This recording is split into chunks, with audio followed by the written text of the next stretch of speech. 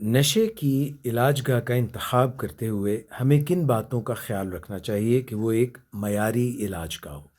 सबसे पहले तो हमें ये सोचना चाहिए कि इसकी कोई वेबसाइट है, इसकी गूगल पे प्रेज़ेंस कैसी है, इसकी कोई वीडियोज़ यूट्यूब पे मौजूद हैं, इस इलाजगाह में क्या मुस्तनद डॉक्टर्स और मुस्तनद साइकोलॉजिस्ट की टीम, मुस्तनद साइकियाट्रिस्ट की टीम इलाज में शामिल है, इनका स्टाफ ट्रेन्ड है या नहीं, ये कितने साल से ये काम कर रहे हैं पाकिस्तान में और इनका साइंटिफिक तरीक़ों पे इलाज हो रहा है या नहीं, क्या ये मेडिकल साइंस के मुताबिक इलाज करते हैं, इनके रिज़ल्ट्स कैसे हैं, इनका एक जाल है या नहीं, यानी ये किस किस शहर में मौजूद है।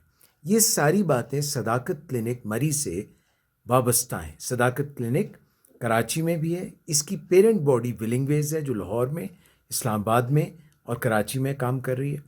इसके अलावा इसका एक बेहतरीन ऐसा प्रोग्राम है जिसमें फैमिली काउंसलिंग भी होती है, पेशेंट्स की काउंसलिंग भी होती है, मेडिकेशन भी होती है, इलाजगाह के रिज़ल्ट्स भी बेहतरीन हैं।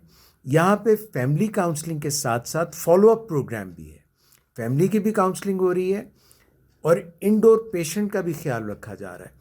आप इसको विज़िट भी कर सकते हैं, इसके कमरे भी देख सकते हैं, इसके इलाज को स्टडी कर सकते हैं और आके बातचीत कर सकते हैं, देख सकते हैं। इलाजगाह में फ़ौरन मरीज़ से मुलाकात होती है, ये नहीं कि हफ़्तों गुज़र जाएं और आपकी मरीज़ से मुलाकात नहीं हो रही। यहाँ का शफ़ाफ़ निज़ाम है।